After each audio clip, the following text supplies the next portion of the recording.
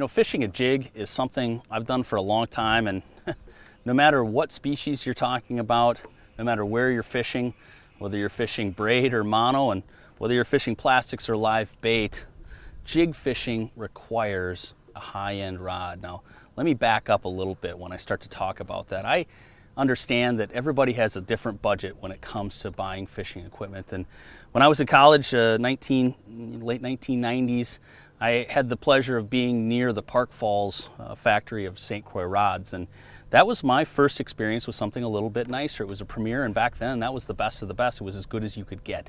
And I remember casting in the White River for suckers of all things, and all of a sudden, boom, wow. A rock didn't feel like just weight on my rod. I actually felt a sharp snap on the end of my line, telegraphed through the rod back to my hands. It was kind of an eye-opening. And then as I got older and went back home to my home, near Cannon Falls, Minnesota, and fished along the Mississippi River and Red Wing, I started fishing with the Avid rods, and that's where I learned how to fish a jig. Unbelievable, the difference in feel, starting to decipher the differences between sand and rock and gravel, starting to figure out things like line management and what it can mean to actually telegraphing the feel of the bite back to your hands and having that translate to more fish caught. And these days I feel very fortunate to be able to fish a lot, and I'm very serious about fishing. And when it comes to jigs, I'll tell you, it's one application where the best of the best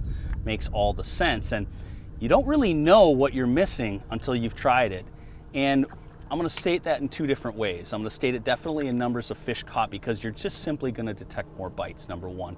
But number two, you're going to be able to feel things that you never felt before. Gravel to sand transitions. Being able to actually mentally map the piece of structure that's out before you, because, hey, let's be honest, if you're fishing a large structural element, there's going to be specific spots, pinpoint placement of where these fish are going to be holding. You're going to be able to feel those spots and kind of generally figure out in your mind where to cast towards based on what you're feeling. So at the end of the day, jig fishing is all about feel. If you need the best feel, you need the best equipment. You can, lighten up on the budget elsewhere. You can skimp in other parts of your rod or tackle arsenal. But when it comes to jig fishing, a high-end rod like a St. Croix, like a Legend X, will yield dividends in terms of fish caught. You don't need to necessarily step up to the top of the line, spend $300, $400, $500 or more. To you, your upgrade might just be stepwise to a $150 rod, maybe the next line up, maybe you're going from a Premier to an Avid. It's going to be a huge eye-opener, just that small step. Take it in baby steps. You don't need to go right to the top right away to be able to enjoy the benefits of fishing with a lighter weight rod that's more responsive with far more feel. You can just do it stepwise along the way and reap the benefits of more fish as you do it.